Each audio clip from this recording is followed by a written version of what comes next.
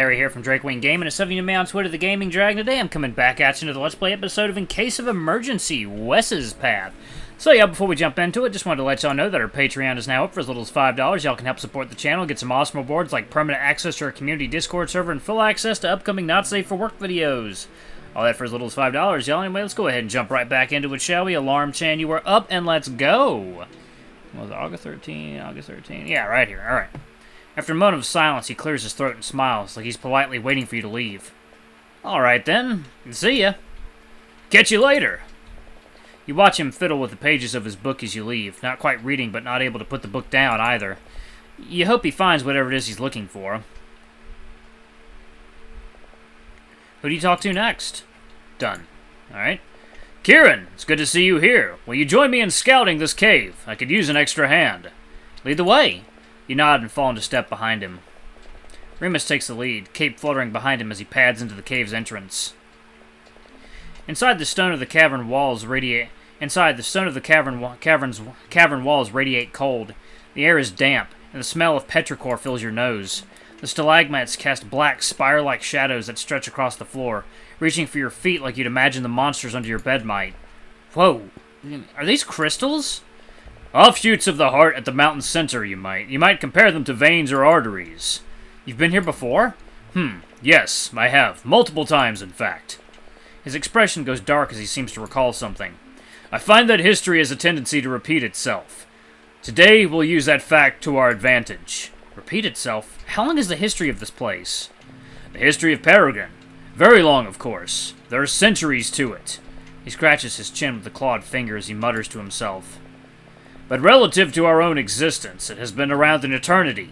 Plenty of time to grasp the cycles the world goes through. Cycles?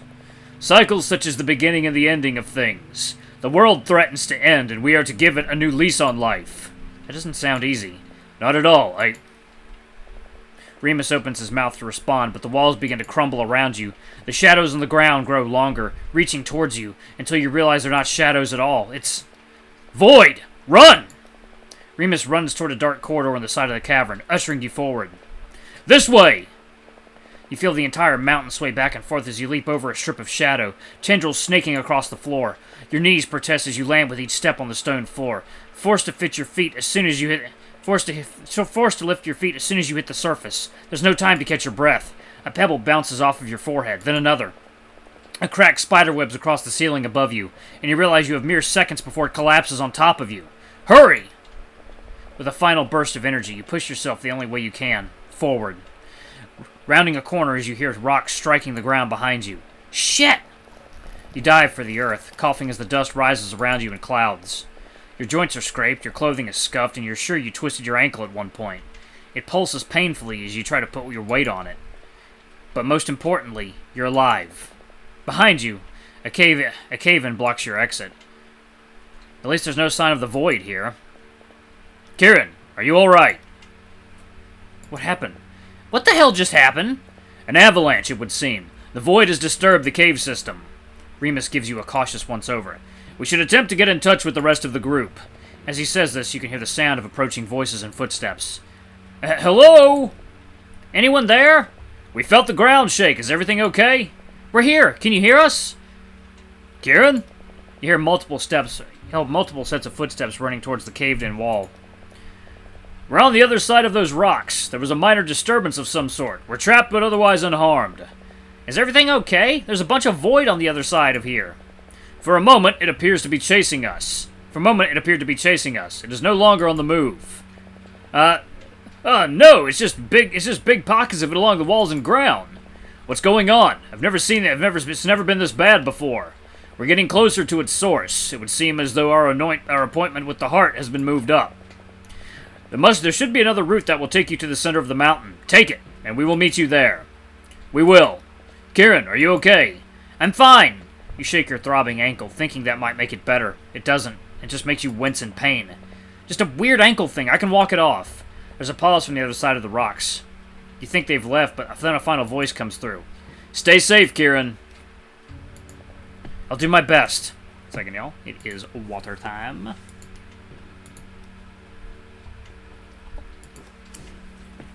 Fingers crossed that we get to move into our apartment today. All had some complications with communication with corporate, so yeah, we weren't able to move in today. After a moment, you eventually hear the sound of footsteps receding behind the rock wall. Remus nods in your direction. We should begin to move as well. Remus takes the lead again, and you trudge beside him with your hands shoved in your pockets, favoring your good leg. Your heart is still racing from your close call. One paw goes anxiously to the sword that hangs from your hip for comfort. The cool metal of its pommel reassures you. Well, with a sprained ankle and adrenaline pumping through your veins, at least you're off to a good start. The mountain is remarkably silent for the rest of your trek, but it still seems too risky to even touch anything. What if you set something off again, and then you're trapped down here forever? Without the sky above you, it's hard to measure the passage of time. The same softly glowing crystals and smooth weathered walls of rock pass you by every minute. You're not sure if you've been walking for 3 minutes or 30. You try not to think about your conversation with Wes, but it keeps replaying in your head like a scene on a loop. Did you say the right thing? Sometimes it feels like there's this distance between what you're trying to say and what ends up being said, like a glass pane between you and the world. Wasn't somebody supposed to teach you how to be a functional person? Who dropped the ball there? And that's how my brother tried to kill me. At any rate, I believe we should make a left here. Wait, what? Oh, I said that I had a brother. He was a twin, actually. Like you, he was a college man himself. Right, but what about after that? I'm very sure the professor is Remus's brother. Yeah. Didn't he say an older brother? I didn't say how old he was. Okay. After university, I'm not sure he ever left. He always had his head in his books. Not that I was very different. I suppose we were both dreamers in our own way. Yep, I think his professor is his brother. No, I mean, what was that about him trying to kill you? Oh, yes, he pushed me down an old well once, when we were young. I was lost down there for the entire day. It was quite terrible, really. Cold, damp, dark. I thought I might never find my way out. The opening felt miles away. Through it, I watched a tiny circle of blue sky transform into night. I looked up at the stars and wished I could be anywhere else. In the end, however, my parents found me, pulled me up, and chastised me for being so careless. But I certainly don't begrudge my brother for his actions. I very likely would have done the same to him given the opportunity. Where is he now? Somewhere far away, I imagine. I haven't spoken to him in ages. Remus looks upwards in thought, and his expression is almost childlike in reverie. I don't think he would have enjoyed a life of royalty. You're saying he didn't want to be king. Well, firstly, he never had the opportunity. Don't mistake me for a blue-blooded royal, Kieran. I've earned this crown myself. I founded this land, I charted its maps, built its castles, and battled its monsters. Peregrine is very much a land of my own creation. A man of character! I always suspected my brother was ashamed of my flights of fancy. But that is how it so often is with siblings. It can be difficult to get along, even with family, when one is so different. You can attest to that. I can imagine. Family's not easy. You wonder what Kyrie's doing. Isn't her wedding coming up? You haven't talked to her all week. Weren't you supposed to help her arrange catering or something? It can be a lonely life to be so misunderstood. I'd always hoped that Peregrine would be a haven for fellow misfits and dreamers, first and foremost. You think about the friends you've made here, and there's no denying that this place is something special. Second, y'all. Water time. I think you got that part right. I'm glad you think so, and gladder still that you found your way here. It is a rare gift you have, Kieran. Not everyone can claim to have a destiny like you do. Some of us are fortunate enough to have callings and passions, yes, but this is a world where your essence is vital to its continued existence. Can you say the same of anywhere else? You think on this for a moment. It's true, there's nowhere else your disappearance would matter as much. A rumble from above interrupts your train of thought, reminding you that you're not out of danger quite yet. Come, let us make haste. After what feels like another mile of walking, it's becoming clear that your ankle isn't getting any better. It's starting to feel hot and swollen under your boots, and you're visibly limping now. Remus stops in his tracks when he notices. Kieran, you're hurt. I have to be strong for women. I'm okay. People are depending on me. We should stop. I have bandages in my pack. You try to protest, but Remus won't hear any of it. As your king, I order you to rest. Remus leads you to a large boulder where you reluctantly sit, shifting your weight onto one foot. Take off your boots. It doesn't take long for you to unstrap your footwear while Remus produces a roll of bandages from his pack. I feel like we're wasting time. It's not that big of a deal, really. Then you underestimate your value. Remus unfurls the bandages with practiced precision. With a few motions, he wraps the strip of cloth around the arch of your foot, pulling it taut with his hands. It doesn't feel very valuable like this. Remus chuckles as you swing your bandaged leg for emphasis. Stay still. You obediently stop moving, letting him wrap the bandage around the rest of your ankle. Have you done this before? I've picked up many talents over the years. A little first aid is amongst the most mundane. How does a king learn to do all this?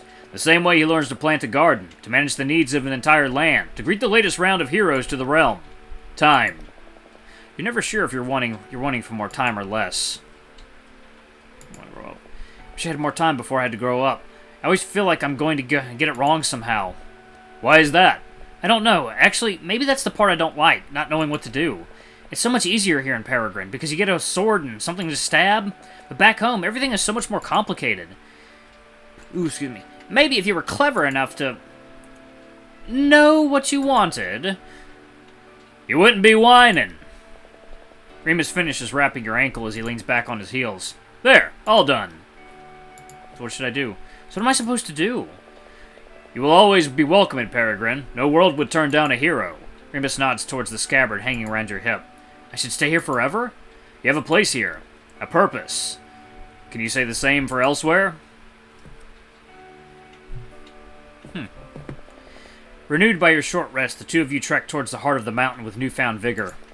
Remus doesn't talk much, but he's neither cold nor callous. He must be feeling the nerves as much as you are. Eventually, the ceiling above your heads grows taller and wider until you step into a ballroom-sized cavern, the ceiling so high you can barely see where it ends. You've made it. The heart of Peregrine pulses before you.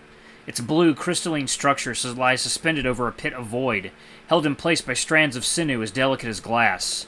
The cool light in its center pulses like a live heart. Just below it, a narrow strip of stone cuts through the pit like the needle of a compass. As you step into the room, the crystals embedded in the walls all brighten at once. Your sword hums with the same resonance, producing a harmony that you can feel reverberate in your bones. It knows we're here. We must act quickly. What about the others?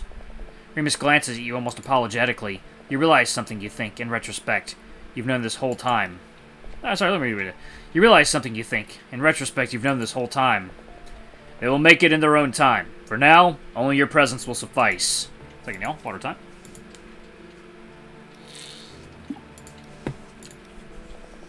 This has been waiting for you, and you alone. So I just need to kill this thing, and everything will go back to normal? Indeed. What you see before you is the heart of Peregrine. It is the loom on which the world is spun. I once described the void as a disease, but to describe it as such would be a mischaracterization. If the world is a tapestry, the void is not its moth but its thread, its weave and its fray. Woven together, the void makes up Peregrine's valleys and mountains, its rivers and oceans. It makes people and commerce, the winds and the earth, thorns as well as blades. What we call the resolution is its unraveling. Without form, it lies in darkness, threatening to pull the thread of all existence. This is the raw material of existence, untempered by the touch of the loom. So we're not here to destroy that heart. Kieran, I promised you a tale of heroics and conquest, and for that, I apologize. I have misled you. If the heart dies, then Peregrine dies. But then why am I here? Why did the sword choose me? You brandish the sword aloft, waving it around like a lost spelunker with a torch. The flat of your blade catches the blue light of the crystal, and on its surface you catch a glimpse of your own warped reflection. You will have to forgive me for the extended metaphor. Are you familiar with the spinning wheel? The spinning wheel twists raw fibers, turning them into thread and yarn to make textiles from. Your items, in your case the sword, act as such a catalyst. You arrive into this world as tangled wool, and your adventure has spun you into thread. A shudder runs down the length of your spine, sending your fur standing on end. For if the tapestry is to be repaired, it requires new material.